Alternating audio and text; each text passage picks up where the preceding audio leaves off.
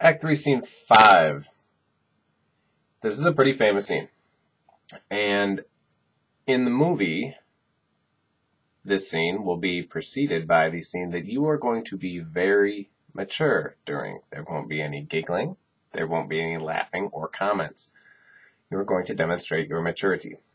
Anyway, they wake up. It's early the next morning. The sun hasn't quite come up yet. They've had their honeymoon night. And they're laying there together trying to decide what to do. Juliet says, you can't go yet. Okay, well, it's not even near day.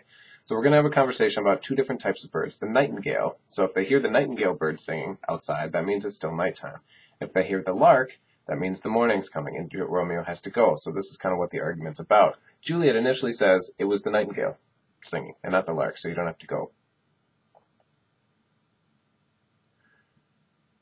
Romeo gives some very nice poetic lines and says it was the lark, the herald of the morn. And he's talking about night's candles are burnt out, and the day is just about to come up over the tops of the mountains. I gotta go, and I can live, or if I stay here, I'll die. Juliet says, the light you see isn't daylight. It's just a meteor, and that meteor is flying across the sky to show you the way to Mantua. Okay, so he said, therefore, you don't have to go yet. Please stay. Romeo said, all right, I'm down. They can find me, they can take me, they can put me to death. I'm happy to stay here with you and for a little bit longer, if you think so. So this is another one of those instances where you need to ask yourself, do you buy it? Are they really in love? Because with all the things that have happened, the plan seems fairly logical, and they might get away with it, and Romeo says, you know what? I'm happy to stay here with you just for a little bit longer. And even if that means they find me and they kill me, so what? It's worth it. And he says, I have more care to stay than will to go. I just dropped my pen. Yeah. Sorry. I have more care to stay than will to go. Come death and welcome, Juliet so. So he says, let's talk. It's not even near day. We don't need to get up yet. All of a sudden, Juliet realized that it's morning, and that, as nice a gesture as that was from Romeo, she doesn't want him to die. And so she says, it is the lark, that terrible, ugly-sounding song that you're hearing from outside, that is the lark. Okay, and she says, some people say the lark makes sweet division, okay, in terms of the song it says. But it's not so because she divides us.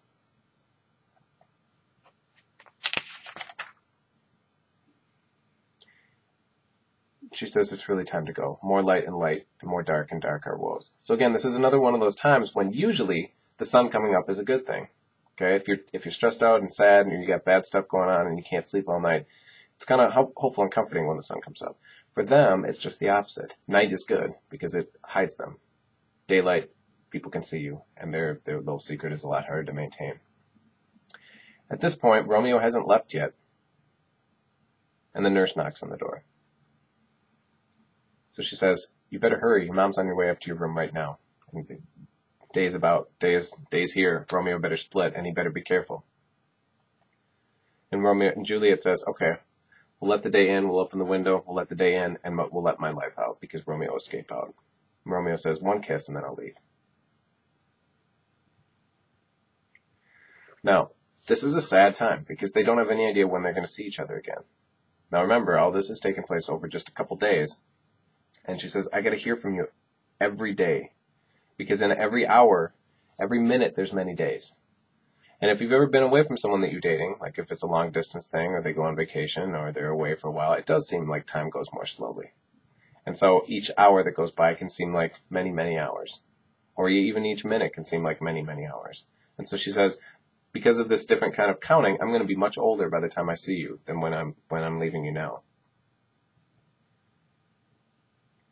Romeo says, goodbye, I won't give up any opportunity to get in touch with you and tell you how much I love you. And Juliet said, do you think we're ever going to meet again? And Romeo says, yes, I think we will. I don't doubt that we will. And all these problems we have are just going to make the time that we do get together even sweeter than it would be. Now, if you think back to on the way to the party when Romeo had that dream, Juliet's having a vision now. And so far, Romeo's vision's been pretty accurate. And she says, I have an ill-divining soul. This is what I'm feeling on the inside. That I think I see you, lying in the bottom of the tomb. and you look pale. Now, this is another instance of foreshadowing. Okay, so I want you to remember that line. And Romeo said, in my eye, you look pale too. Okay, dry sorrow drinks our blood. And if you look at line 59, it says, thirsty, sorrow was thought to drain the color from the cheeks.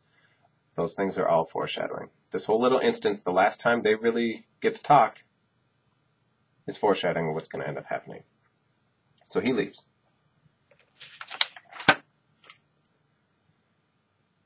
And Juliet starts to talk about fate. We're at line about 61. Fortune are fickle. Okay, fate, you never really know what fate's going to do. Okay, and by fickle it means it's really unclear, it's uncertain, and it could kind of go either way. And it said fortune, or fate, as kind of the word we've been using. I hope it doesn't take long for you to send him back. And she's going to be right about that. Now, Mom comes in, and she thinks she's bringing really good news. She knows Juliet's really upset, and Juliet's been crying. And this is another one of those instances where Juliet's going to use good words to not really tell you what she's saying. She's not going to lie to her mom, but she's going to make her mom believe something that's not really the case. So she says, are you up? Calling her a hoe. Anyway, Juliet says, Mom, why are you up here so early?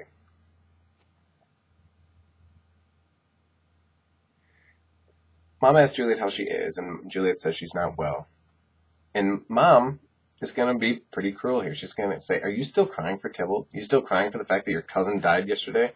What, are you going to wash him out of his grave with your tears? If you show some grief, some amount of sadness, it shows you loved him. Too much grief, too much sadness shows a want of wit. Too much grief, too much sadness means you're stupid. Now this is when the wordplay comes in. And Juliet says, let me weep for feeling such a loss. Okay, let me cry. I deserve to cry. I've lost a lot. Mom says, you shall feel the loss, but not the friend you weep for. Okay? Mom's talking about Tybalt, the friend you weep for. But that's correct in Juliet's mind because it's also talking about Romeo. She feels the loss, but she can't feel the friend. And the friend Juliet's crying about is Romeo. Juliet says, feeling so the loss, I cannot choose but weep for the friend. Okay, so she turns that around, and instead of talking about Tybalt, she's talking about Romeo. But Mom doesn't know that. Mom says, you weep not so much for his death, but for the person who killed him. So Mom thinks she's sad that he was killed, and that she's actually crying about Romeo. It's true, but she's crying about Romeo because she misses him, not because she hates him. And Juliet says, what villain?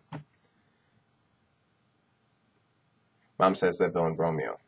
Now Juliet, in an aside, she just kind of says under her breath, villain and he be many miles asunder. The villain Juliet's talking about is Tybalt, and the friend she's talking about is Romeo, and they are many miles apart because Romeo had to leave town.